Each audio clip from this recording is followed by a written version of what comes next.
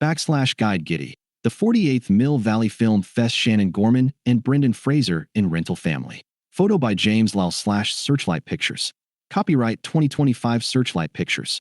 All rights reserved. For those of us who live close enough to Mill Valley and San Rafael to regularly attend the annual Mill Valley Film Festival, September is a super exciting month. Why not October? One might ask, when the annual festival, which is now in its 48th year, takes place for 10 weird and wonderful days.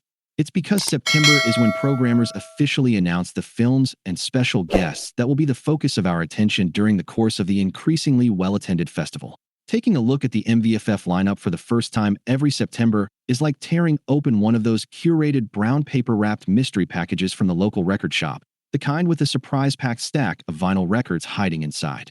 Or maybe September is like the famous box of chocolates that Forrest Gump's mom was always yammering on about. Just like that, we never know what we're going to get until we do. In September, when we pick up the magazine-thick program guide for the first time and start thumbing through it, which is what I'm doing right now as I write this. In real time. Ready? Let's go. The cover of the program guide for the film festival, which runs from Thursday, October 2nd to Sunday, October 12th, is very cool and mysterious. A single red movie theater seat perched all alone on an asphalt walkway under a canopy of towering trees. It's very artsy.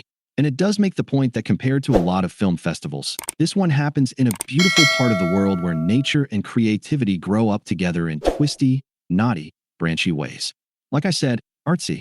Let's turn the page and give it a quick flip to see what stands out. True to form, this year's festival appears to be jam-crammed and thrill-filled with great movies and cool people. I see the recognizable faces of Joel Edgerton, who will be honored at a spotlight event on Tuesday, October 7th, along with his movie, Train Dreams, and the impossible-to-miss Tenodio from Netflix's Carry On, who'll get the star treatment along with his new movie, Kiss of the Spider-Woman, the film adaptation of the musical, also starring Jennifer Lopez and Diego Luna. Even shot from behind, I recognize the hard-rocking posteriors of Metallica, whose documentary, Metallica Saved My Life, will be screened at 6 p.m. Thursday, October 9th and 3 p.m. Friday, October 10th. And wait, is that Spike Lee? Yes, the director responsible for Do the Right Thing, The 25th Hour, Malcolm X, and BlacKKKlansman is coming to the Mill Valley Film Festival. Looks like he'll get a special tribute on Saturday, October 11th, with lots of clips from all of his films, including, I assume, his latest film, Highest to Lowest, currently in theaters.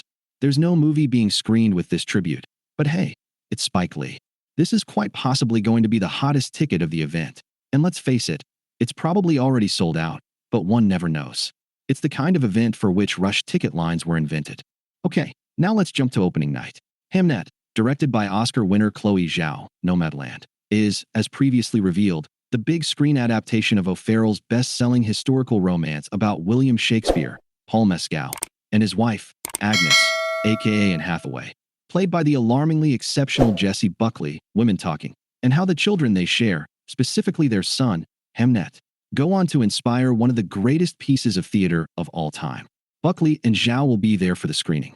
And on Friday at 3 p.m., Buckley will be back for a special afternoon spotlight event looking at her short but stunning career, which includes the films Wild Rose, I'm Thinking of Ending Things, and The Lost Daughter. The one that stands out for me on Friday, October 3rd, is Brazilian director Kleber Mendonça Filho's The Secret Agent.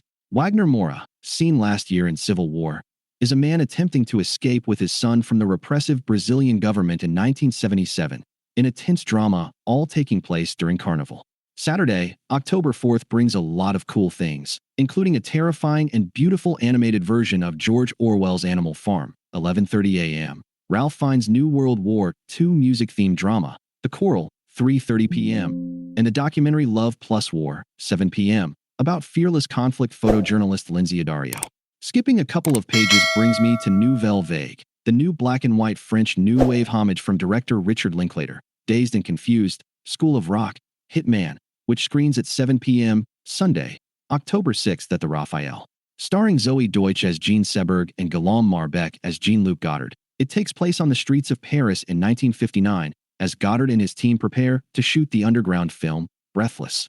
Deutsch will be present for a special spotlight event, followed by a reception at San Rafael's Le Comptoir.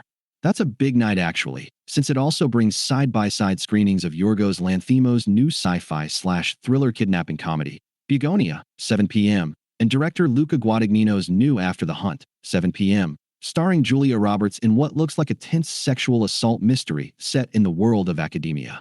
Have fun trying to pick which one of those to see. On Monday, October 7th, there's yet another show business-themed film from Richard Linklater, Blue Moon, 7 p.m. This one stars Ethan Hawke as the famous songwriter Lorenz Hart, shown right at the moment that his Broadway musical writing partner, Richard Rodgers, Andrew Scott, with whom he wrote shows like My Funny Valentine and Blue Moon, decided to team up with Oscar Hammerstein to write Oklahoma. Looks like the great Rose Byrne will be there on Friday, October 10th, for a special spotlight screening of her new movie, If I Had Legs I'd Kick You, 7 p.m., directed by Mary Bronstein. It's about a therapist whose life is falling apart and the self-awareness she gets, but doesn't always take, from her own therapist, played by Conan O'Brien. It goes on and on like this. So many cool movies, not enough time. So let's just jump to closing night, October 12th. The big finale is the much-talked-about film festival fave, Rental Family, in which an out-of-work actor, Brendan Fraser, in Tokyo takes a job as a make-believe family member for people needing a companion for some public event. Things, as they do, get complicated. The full lineup of films and special events can be found at MVFF.com.